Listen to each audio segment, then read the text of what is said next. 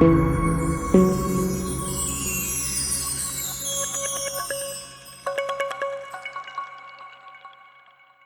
little things to keep in mind when you guys are getting loans, or you all are getting loans, or anyone watching the recording, and you're going through. The main thing to remember, and to always remind your clients and even the real estate agents, is we are not economists.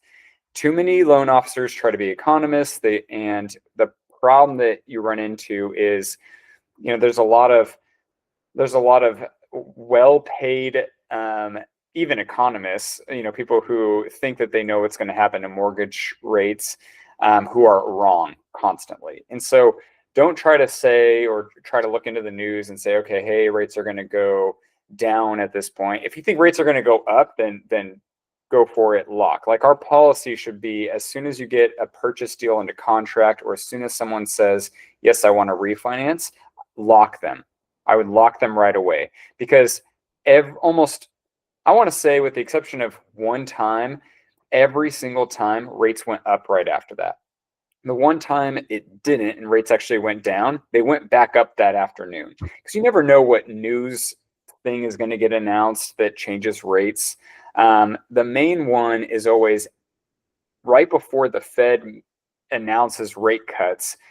You should be that's the only time you should really be pushing people to lock, because every single time they make any announcement, rates go up. So even announcing rates are dropping, or they're cutting rates, rates go up. So something to keep in mind when you're communicating anything to your clients is, if you don't communicate it first, you never know how someone else might pitch or present something to your clients. So for instance, if I know, last week, the Fed is going to announce that rates are, they're going to announce how much they're cutting rates and their rate decision.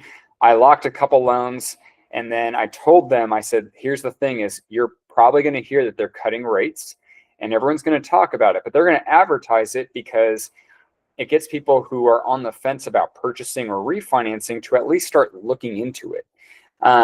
Whether it makes sense or not, at least they're looking into it. So you're going to hear, oh, there was a big rate cut. That's the first time.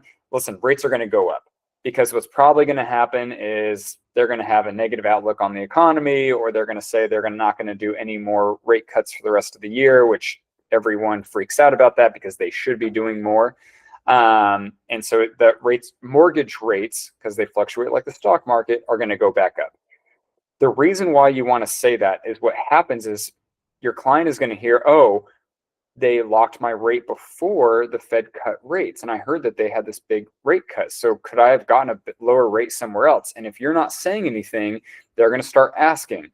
And if they're connected to someone else, or they go to their servicer, for a refinance, or they talk to their agent that you may not know, or whatever it might be, now they're going to start talking to someone. I mean, if someone came to me and said, hey, my loan officer locked my rate right before the Fed cut rates, and I heard they cut rates, can you get me a lower rate? I'm just going to say, yeah, let me take a look and see if I can get you a lower rate. I'm not going to tell them, well, that was a smart decision because rates went up. I might have a lower rate than what they get at their preferred lender. So, or, if their company has in-house lending. So just make sure that we're communicating well to people throughout every step of the process. It's the same thing when you're quoting people FHA versus conventional. I know I say this a lot, give people multiple options so you can explain to people why something might not be the best option, but you're still presenting that as an option. I don't know, I've had several times where people are convinced that they have to go FHA because that's what they were told, that first-time home buyers have to go FHA. Even though conventional was the better option, I still showed them. They made their decision. At least I showed them, because if I don't show them, I don't know how someone else might present that other option. I've almost lost deals because it was clear as day they should refinance conventional, but they got so stuck in their head that they should go FHA because there was a lower rate, because I didn't present it. I did not present it as an option and explain, and then they had someone else explain it in this weird way that I just thought, okay. Luckily, they were loyal to me and they stuck with me, and we refinanced them FHA. And so they have mortgage insurance now, but sure, they got a lower rate. So that's just something to consider. Um, the other thing that's a kind of a big housekeeping one, that's something, you know, even I learned the hard way, unfortunately, but I think everyone kind of learns the hard way, is, you know, don't be the savior of loans. You know, and what I mean by that is, you know, don't be the one who reaches out, oh, we've got all these weird niche products, and someone says, well, here, everyone else said no, can you say yes? I wouldn't take that approach when you're talking to agents. I mean, you could always say, hey, a lot of time I have access to a lot of lenders. That way I can say yes more often, but a lot of other ducks have to be in a row. It can't be every card is stacked against you. And with that being said, you know, you're going to get a lot of clients that seem straightforward up front. And as you go down the road, you're going to find, oh, here's another thing that's counting against you. Oh, here's another card stacking against you, and then another and another. When you get to the 2 or 3, be quick to say no and move on. I mean, Mary and I have both had situations where, or times where we've just spent so long, I mean, days, just digging into guidelines, trying to figure out, okay, if this counts against you, we can still make it work if this, this, this, and this, and this works. So do you have this? No. Okay, well, let's figure out how to get that. Do you have this? It gets to a point where it gets ridiculous. Like, if your credit score is bad, that's fine. It's $14 for me to send your credit report to this credit track company where they can give you really clear-cut details how to improve your credit score. I need you to sign up for credit monitoring through one of our tools, and anyone who has the situation, I'll show you how. Unless if you're wanting to buy right now, because if you want to buy right now or refinance right now, then I'll do a rapid rescore when you show me proof that you've done what you said you needed to do, exactly what they did.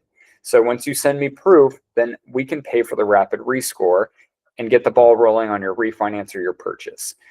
But like that's fine. I've done that 3 or 4 times recently where we jumped up their points. All 4 times we jumped them up more than 40 points every time. I think the longest it took 2 weeks to jump up 40 points. So why 2 weeks? I don't even know why it took that long. I think I got in an argument with the agency. But so with that being said, it's when more things start to catch up. Oh, you got you divorce and you owe child support. When did you get divorced? Oh, this year? Well, wait a minute. Aren't you remarried? And you know that there's a lot of things. You'll notice some of these files will become the bane of your existence because it's constantly something. Oh, now you need down payment assistance. Now you're taking a week to complete a 1-hour buyer education course. You know, it just becomes a nightmare and everything gets blamed on you.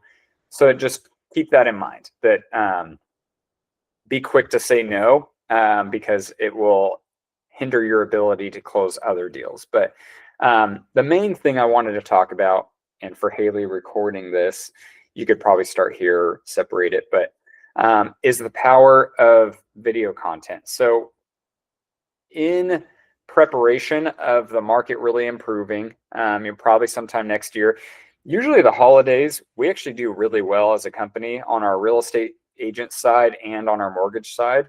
It's January and February that tend to be a little slower, and then March really picks up.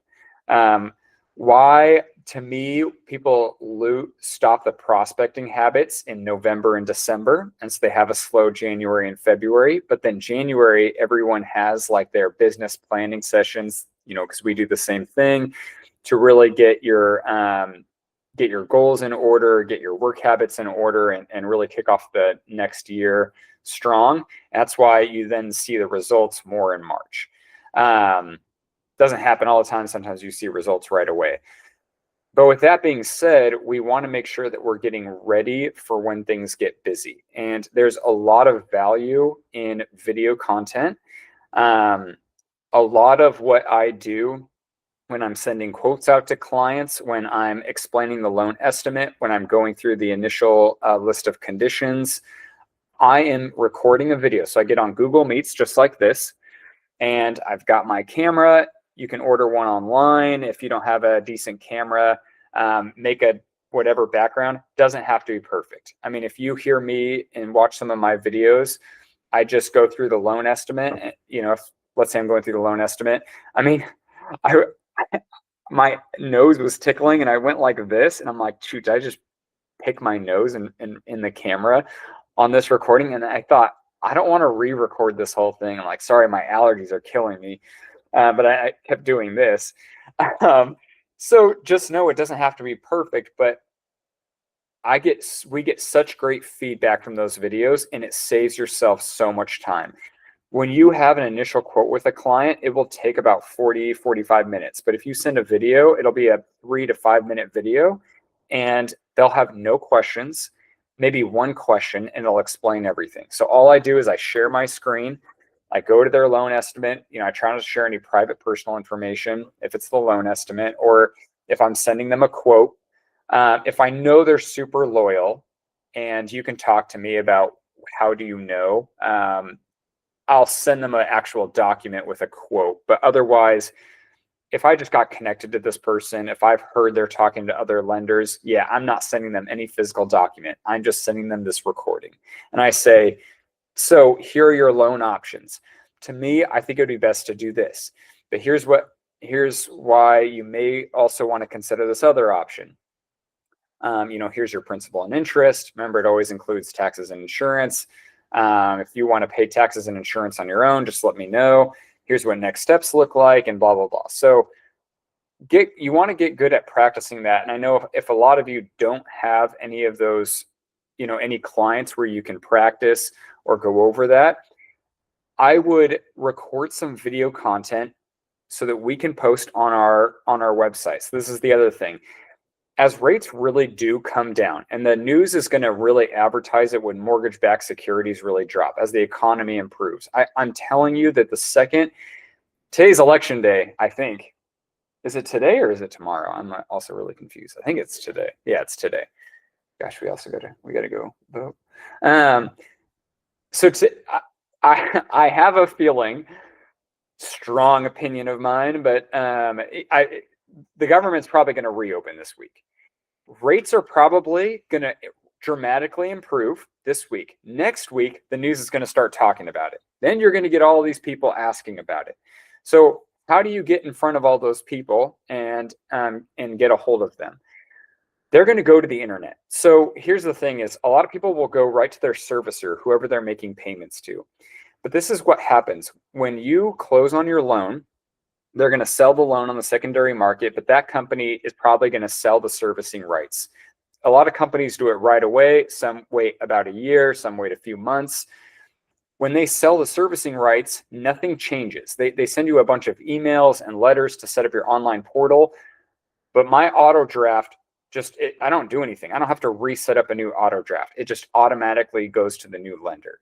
So a lot of people still don't know who to go to and who to talk to. And so they're going to go to the internet first.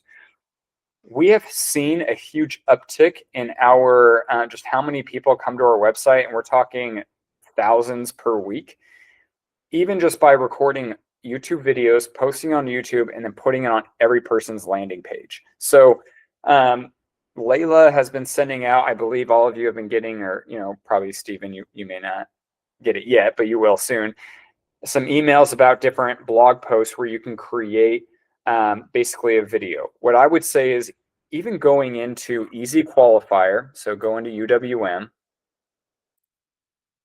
which Steve, you'll get this too.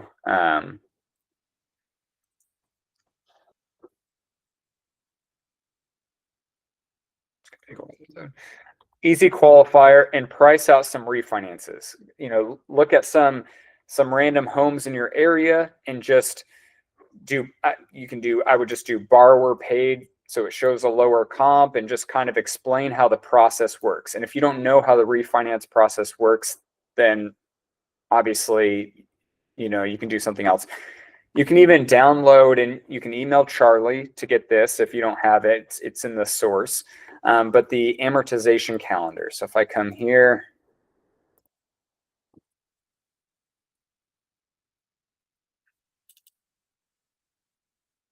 so I have it where I can, right where Charlie did a whole class on it. You can find our YouTube video because we did, I think I posted the YouTube video, but if not, I'll repost it. But just going over this, right? And doing an example of a home in your area who has, maybe some equity. You can even use PropWire. So PropWire's free. It's like Property Radar. If you have any realtors or investor clients, it can show you all kinds of details, like when, all the mortgage details, what type of loan, what possible interest rate they had, how much equity. You have to pay to get their contact information.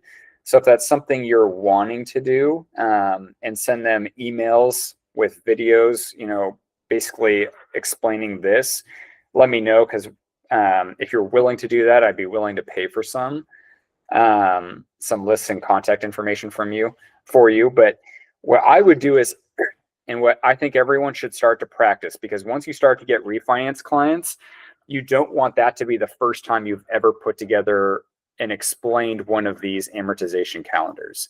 So I would look at this, right? This is one I did recently where it was a loan amount of $370. We're increasing it to $380. Original rate was 5.25. We're getting 4.875.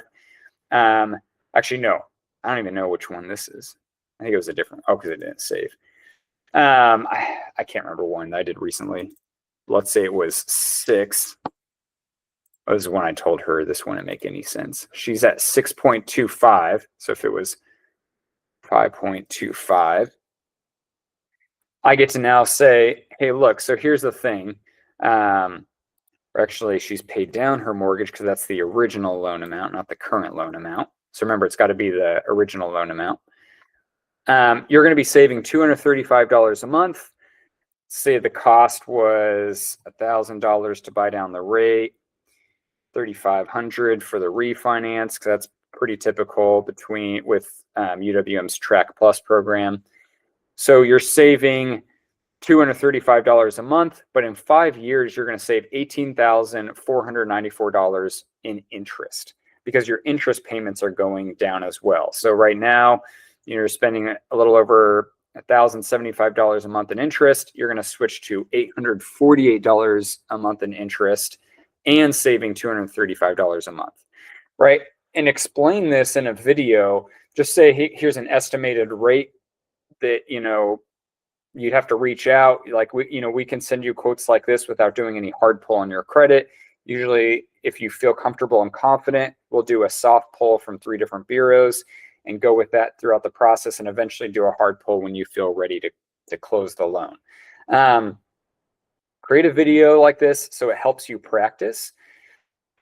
Send Haley at Purpose Home Lending. If you need her email, let me know, but she'll edit the video and send you a finished copy so that you can post it to YouTube. I think that's great. Send her the link after, or send Layla the link.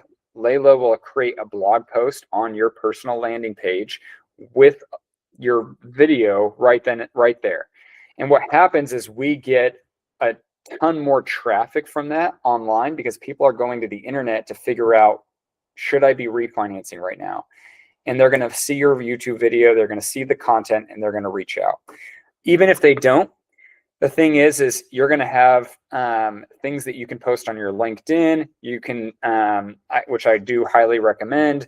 But even then, you have something that you can practice as far as creating video content and making those amortization calendars. Because what's going to happen is you're going to get people reaching out. And if you've never made one before, if you don't know how to price out a refinance on Easy Qualifier, it's going to take you so long, and it's going to eat into your time to be able to send more videos to other clients. So the more you practice now, the better, but it's going to really boost your search engine optimization. I don't know why I did that, because it is your search engine optimization. And you're more likely to get more leads, because as we start to run more ads on Google, people are going to go to your specific landing page, because there's going to be more content. And Layla's been studying how to do that and practicing it and seeing the uptick in people going to our website. So that's a good one. Home equity lines of credit are good ones. Cash out refinances are huge. Debt consolidation's huge. Talking about how you get to skip a payment, and we're entering Christmas time. Imagine closing in November and not having a payment until February.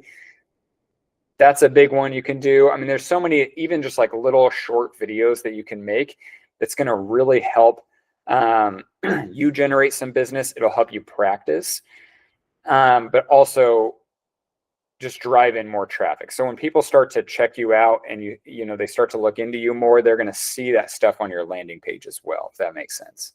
Does anyone have any questions about that? When you share the video,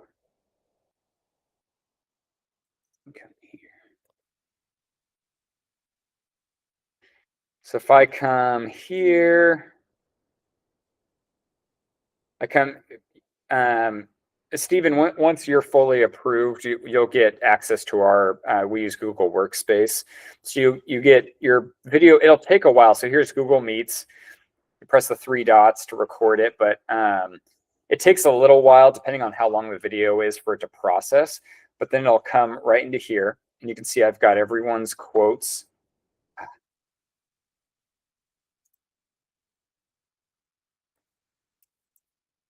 Sorry. Let's see you guys. So I've got everyone's quotes like, well, hey, let's collaborate. I send this video for real estate agents. Even if you're sending a video about collaborating with real estate agents, to real estate agents, Mary and I recorded some.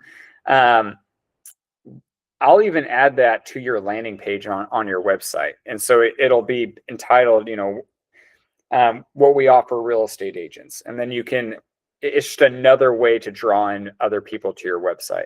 You'd be surprised how many real estate agents you'll get as clients. Not just clients from real estate agents, you'll get agents as clients. But here's me going over their loan estimate. It's nothing crazy. It's not super nice video. You just take that, you click the 9 dots, or the 3 dots, sorry. You want to rename it just something basic. I like to then click share. Instead of clicking copy the link, you want to click the share button, because if you once you click the share button, you'll see that it's set to restricted. So you want to make sure that you unrestrict it. So anyone with the link, copy that link, and then you can send it to the link to Haley because she can download it from there. If she can't, then you may have to download the video and resend it, but that's how you share it. She'll edit it, put in a cool company logo either at the start or at the end, send it to you with a YouTube description so you can just post it to your YouTube. It's nothing crazy. You're not trying to build a YouTube following basis. It's just Google likes when there's more content with a lot of links to each other. And so that's why you want to post it on YouTube and then add it to our website, if that makes sense. More relevance. And if people don't like to read a ton and they'd rather watch a video, they'll read a little bit. So just is more likely to grab people's attention, which that's what Google wants. So any other questions for me as of right now?